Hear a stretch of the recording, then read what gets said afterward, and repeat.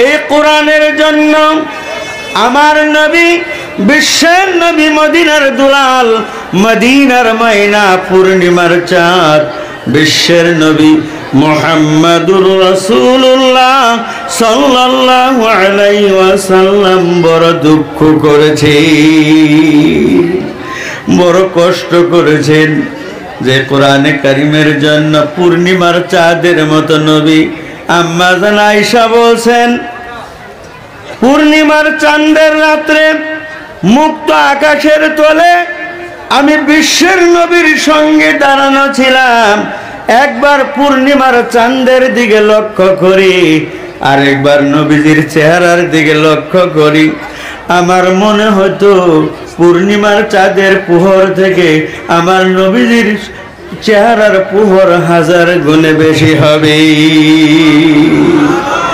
আম্মা জান আয়েশা বলছেন, অন্ধকার রাত্রে আমি ঘরে বাতি জ্বালায়ে নবীজির চিরা পাঞ্জাবিটা সুই সুতা দিয়ে সেলাই করতেছিলাম।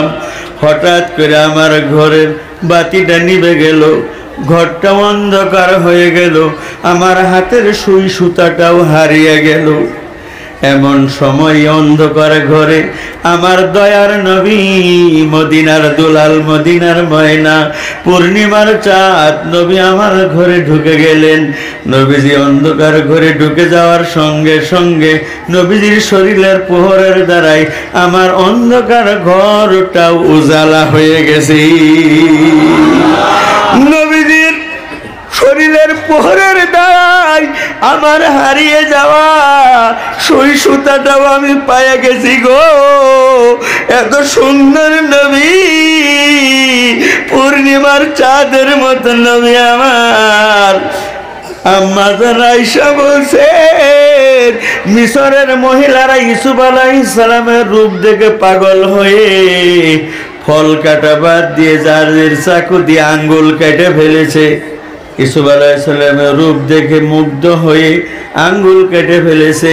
আম্মা জান আয়েশা বলছেন, ওই আঙ্গুল কাটা মেয়েরা যদি আমার দয়ার নবীজির চেহারাটা যদি দেখতো গো, আঙ্গুল কাটা দূরের কথা, নবীজির চেহারা মোবারক দেখে ওই মহিলারা পাগল হয়ে জারজির চাকু দিয়ে জারজির কলিজায় কেটে ফেলতো।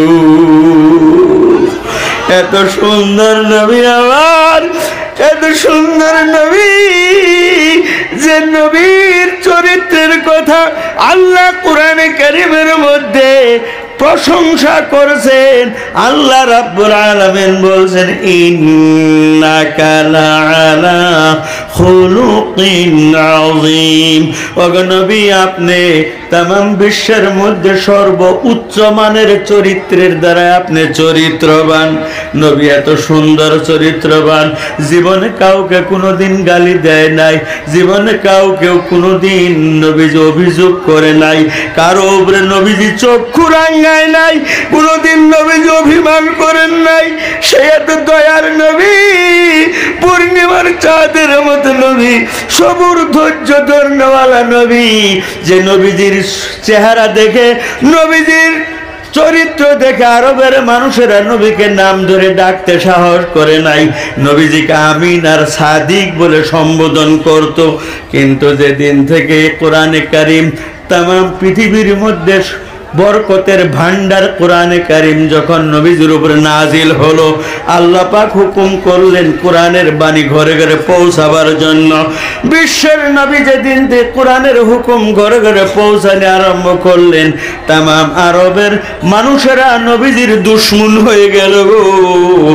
নবীজি কত ধরনের কষ্ট দিছে, নবীকে কত ধরনের সাতাইছে, নবীজির এমনকি রাস্তার মধ্যে নবীজির চলাফেরা করা রাস্তার মধ্যে কাটা গেড়ে গেড়ে তুইছে, এমনকি কাফির মুশরিকের পরিবারেরা ঘর সুরে সুরে আবর্জনা গুলো, ধুলা বালু গুলো বিশ্বের নবীর মাথায় দিবার জন্য জমা করে রাখছে গো।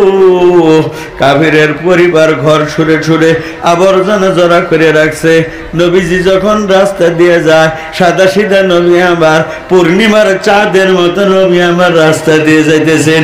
পিছন দিক দিয়ে সেই কাফিরের পরিবার ধুলাগুলি নিয়ে, আবর্জনাগুলি নিয়ে আসে পিছন দিক দিয়ে নবীজির মাথায় ছেড়ে দিছে।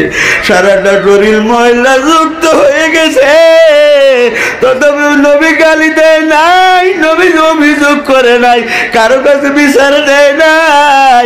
নবী মাথা নিচে করে দুইটা চোখের পানি ছেড়ে দিয়ে কান্দে কান্দে বলছে, আল্লাহ দুনিয়াতে আমার বাবা নাই গো, দুনিয়াতে আমার মা নাই, আমার অন্তরের দুঃখ আমি কার কাছে যাই বলবো। আমার ভাইয়েরা, সে দরদি নবী, বিশ্বের নবী, এত সবর করনেওয়ালা, এত ধৈর্য ধরনেওয়ালা নবী।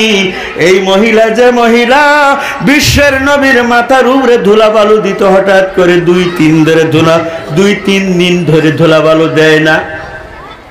2-3 দিন যখন ধুলা বালু দিল না, বিশ্বের নবী মনে করলেন এই মানুষটার মনে হয় বেমার হইছে, না হইলে ওই বেচারা আজকে 3 দিন 4 দিন হয়ে গেল, আমার মাথায় তো ধুলা বালু কেন দেয় না, মনে হয় বেমার হইছে।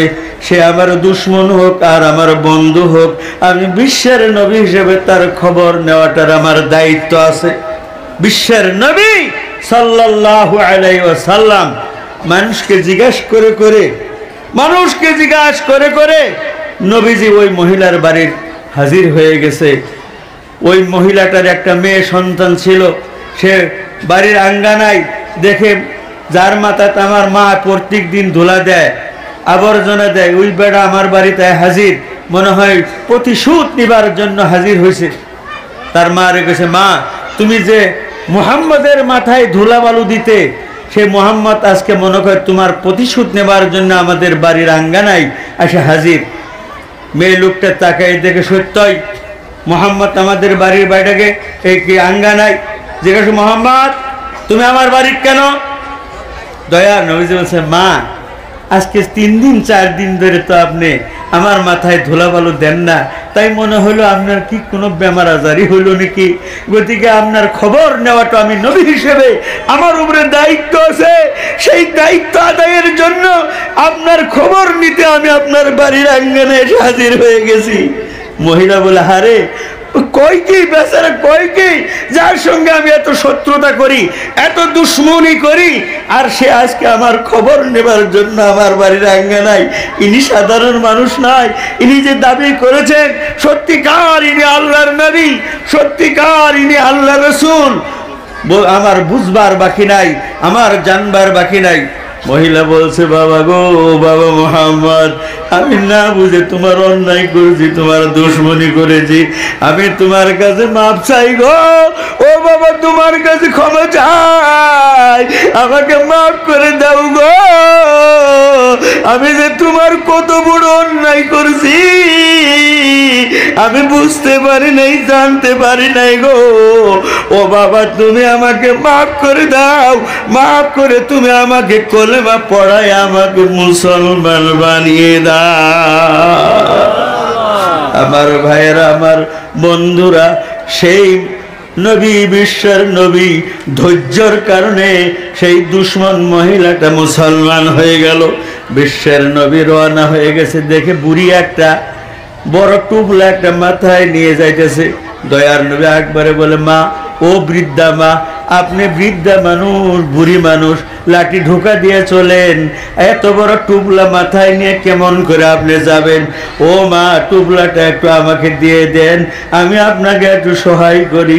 বুড়ি সঙ্গে সঙ্গে টুপলা নবীজিকে দিয়ে দিছে। বিশ্বের নবী টুপলা মাথায় নিয়ে, বিশ্বের নবী পিছনে পিছনে যায়, বুড়ি আগে আগে যায়। বিশ্বের নবী বুড়িকে জিজ্ঞাসা করছেন, মা, এত বড় টুপলা নিয়ে আপনি কোথায় রওনা হয়েছেন?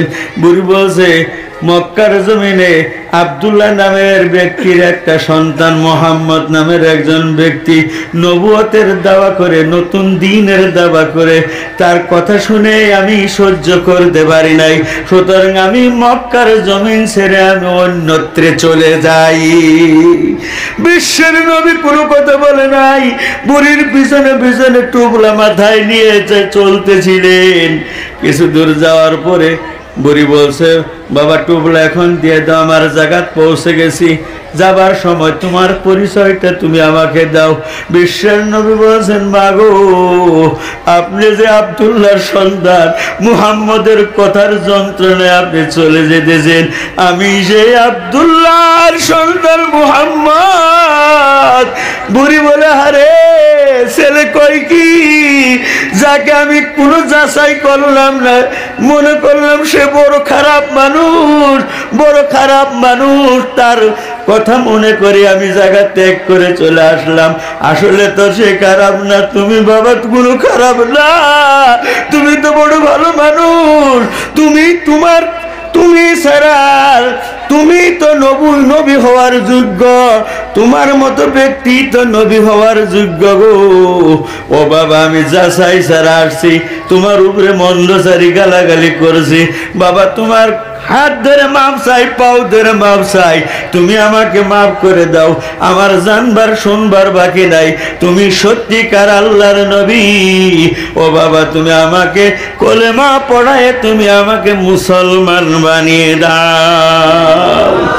আমার ভাইয়েরা, সেই নবী, বিশ্বের নবী দুঃখ করেছেন কোরআনের জন্য, সেই কোরআনের উপরে আজ যারা আমরা আমল করি, আল্লাহ রসুল বলছেন তাদেরকে আল্লাহ জান্নাতে প্রবেশ করায় দিবেন।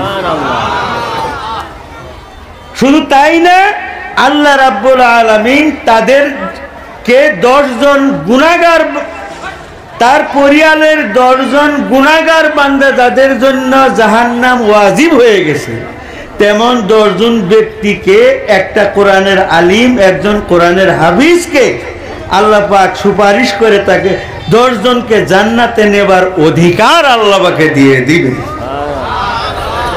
আমি হাদিস পড়ছি, সহিহ মুসলিম শরীফের হাদিস, আল্লাহ রাসূল বলছেন, মান কারাআল কুরআনা ওয়া আমিলা বিহি ওয়া হাল্লা হালালাহু ওয়া হাররামা হারামাহু আদখালাহুল্লাহুল জান্নাতা ওয়া শাফাআহু আশারাতাম মিন আহলিহি কাদ ওয়াজাবাত লাহুমুন নার আও কামা ক্বালা আলাইহিস সালাম। আমার ভাইয়েরা, ভাগ্যবান ওই সকল ব্যক্তি যাদের সন্তানকে আজ হাফিজ বানায় দিছেন, তারা আজকে বড় ভাগ্যবান, তার মা বাবা ভাগ্যবান। আর সেই ব্যক্তি কোরআনকে হিফজ করছে, তেলাওয়াত করবে, হিফজ কায়েম রাখবে এবং তার ও আলিম হয়ে তার অর্থ জানবে, অর্থ মতে আমল করবে। আমল করলো তার জন্য জান্নাত রেজিস্টার হয়ে গেছে, সুবহানাল্লাহ। তার জন্য জান্নাত কি হয়ে গেছে? পঞ্জীয়নভুক্ত হয়ে গেছে, রেজিস্টার হয়ে গেছে। শুধু তার জন্য না, তার বংশর, তার পরিয়ালের 10 জন ব্যক্তি যারা গুনাহ করার কারণে তাদের জন্য তাদের নাম জাহান্নামের দপ্তরে লিপিবদ্ধ করা হয়েছে, তেমন 10 জন ব্যক্তিকে এই হাফিজে, এই আলিমে সুপারিশ করে আল্লাহর জান্নাতে প্রবেশ করায় দিবে। গতিকে আমার ভাইয়েরা, আজ এই হাফিজি মাদ্রাসা, যার মেন সাবজেক্ট হলো কোরআনে কারীম, কোরআন শরীফের হিফজ, কোরআন শরীফের অর্থ বুঝানি, কোরআন শরীফের অর্থ শিখানি, অর্থ শিখছে, কোরআনে কারীমের হুকুমের প্রতি নিজে আমল করছে, কোরআনে কারীমের হুকুমের প্রতি আমল করছে, নিষেধ থেকে বিরত থাকছে। আর এই হুকুমটা গোটা উম্মতে মুহাম্মদীর জন্যই, কোরআনের হুকুম এবং কোরআনের নিষেধ গোটা উম্মতে মুহাম্মদীর জন্যই। যে কোরআন শরীফ শুধু পুরুষে মানবে, কোরআন শরীফের হুকুম মতে পুরুষ চলবে, মেয়ে লোক চলবে না তা না, পুরুষও চলতে হবে, মেয়ে লোকও কোরআনের হুকুম মতে চলতে হবে। মেয়েদের জন্য হুকুম আছে, যেভাবে পুরুষের ঈমান আনা জরুরি, ওইভাবে মা বোনেও ঈমান আনা জরুরি। যেভাবে পুরুষে নামাজ পড়া ফরজ আইন, ওইভাবে মা বোনেও নামাজ পড়া ফরজ আইন। যেভাবে পুরুষে রমজানের রোজা রাখা ফরজ আইন, ওইভাবে মা বোনদের জন্য রমজানের রোজা রাখা ফরজ আইন। মা বোনদের সম্পর্কে দু এক কথা বলবার ইচ্ছা ছিল, কিন্তু লাইন মতে আমি যাবার ইচ্ছা করছিলাম, কিন্তু সময় খুবই শর্ট। আল্লাহ রাসূল সাল্লাল্লাহু আলাইহি ওয়াসাল্লাম বলছেন, কুন তালিয়াল কোরআন, তুমি কোরআন তেলাওয়াত করনেওয়ালা হও। কোরআন তেলাওয়াত করবা, আল্লাহ তোমার হায়াত বাড়াইয়ে দিবে। সুবহানাল্লাহ।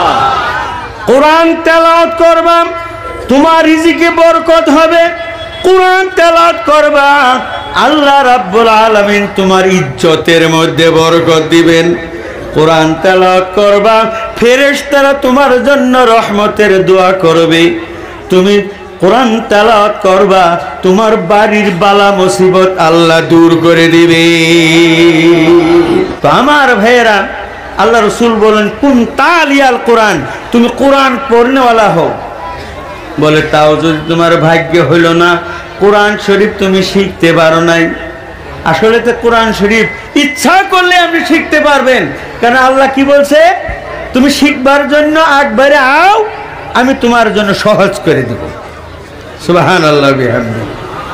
আমার ভাইরা, আমার বাড়ির এলাকার মধ্যে আমার সম্পর্কে মামা অশিক্ষিত ধনী মানুষ, কি ঢুকলো তার অন্তরে, বুড়া হইয়া মাদ্রাসা যায় ভর্তি হয়েছে, কায়দা লয়ে ভর্তি হয়েছে। কায়দা পইরা সিভারা পড়লো, আম্মা পাড়া পড়লো, পইরা কোরআন শরীফ আতলে আমার তফসিরে বসে, আমি তফসিরে বসি, আর বেচারা কান্দে আকুল হয়ে যায়। এই কোরআন শরীফ পড়া শিখলো, এক খতম করলো, কইরা উনি হজে গেলেন। হজে থেকে ফিরে আসলো, তেলাওয়াত করবার বসে এই তেলাওয়াতের অবস্থায় আল্লাহ উনার মৌতের ফয়সালা করে দিয়েছেন।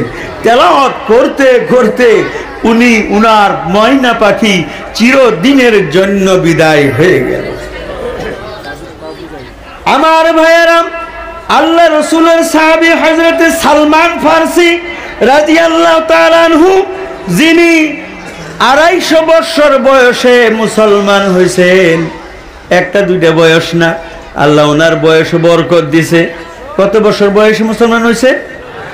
250 বছর বয়সে, দাঁত মুখে একটাও নাই। আর এই টাইমে মুসলমান হইয়া এই বৃদ্ধ বয়সে কোরআন শরীফ শিখছে, মুকাম্মল কোরআনের হাফিজ হয়ে গেছে। সুবহানাল্লাহ। একতরফা সুবহানাল্লাহ, আরেক তরফা নাই। যাই হোক, আল্লাহ রাসূল বলেন, কুন তালিয়াল কোরআন, কোরআন তেলাওয়াত করনেওয়ালা হও।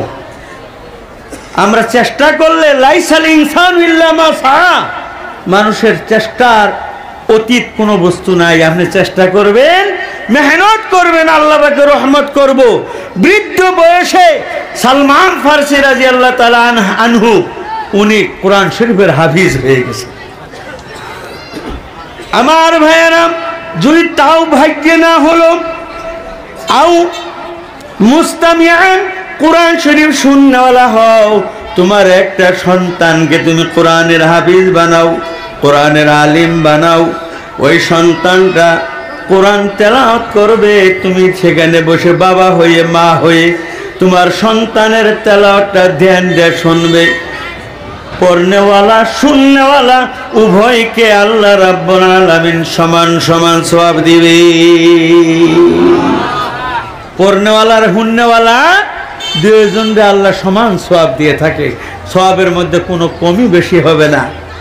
কমাস কম তোমার ছেলেকে তুমি হাফিজ বানাও, আলিম বানাও।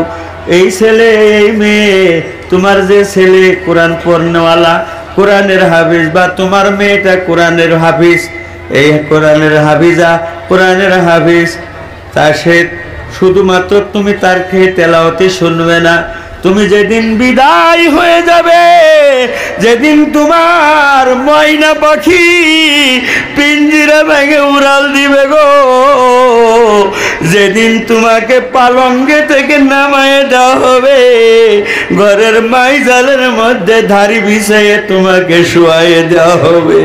কত দিল ভর আশা করে তুমি 50,000 টাকা দিয়ে তুমি বক্স পালঙ্ক কিনেছো, 10,000 টাকার তুমি তার মধ্যে গদ্দি বিছাইছ, সারা জীবন সেখানে বসবাস করবে, সারা জীবন বসবাসের তোমার ভাগ্য হবে না। হঠাৎ যেদিন তোমার মৌত এসে যাবে গো, মৌত যেদিন এসে যাবে, তুমি রাত্রে নানান প্লেন প্রোগ্রাম করে তুমি বিছনায় ঘুমায় গেছো, সেদিন তোমার ঘুম ভাঙলো না। অন্যদিন তোমার ঘুম ভাঙছে, হয়ে গেছে সকাল, কিন্তু আজকে ঘুম ভাঙলো না, তোমার জন্য আজকে হয়ে গেল পরকাল। তোমার বিবি কান্দে, ছেলে মেয়ে কান্দে গো, তোমার আশিপাশি মানুষে তোমাকে আশা করা পালঙ্কে থেকে নামায় দেওয়া হবে। বলবে মৌলানা সাহেব নাই গো, দুনিয়াত নাই। মৌলানা সাহেবকে ধরাধরি করে ঘরের মাইজালে দাড়ি বিছিয়ে শুয়াইয়ে দাও গো, এই দাড়ির উপরে শুয়াইয়ে শিরে পায়ে চাদর দিয়ে আপনাকে আমাকে ঢেকে দেওয়া হবে। সেদিন আপনার আমার সন্তান বাবা বাবা করে, দুধের সন্তান বাবা বাবা করে চিৎকার করবে। আপনার সন্তান চিৎকার মেরে আপনার আমার উপরে পড়ে যাবে গো। সেই দিন মুখ থাকা সত্ত্বেও আপনার আমার মুখ দিয়ে সন্তানের ডাকের জবাব দিবার ভাগ্য হবে না, সন্তানকে একটা বুঝ দিবার ভাগ্য হবে না। আমার ভাইয়েরা, মৌত থেকে তো আমরা নিশ্চিন্ত হয়ে গেছি, একদিন তো সেই মৌত আপনাকে আমাকে পাকড়াও করবে।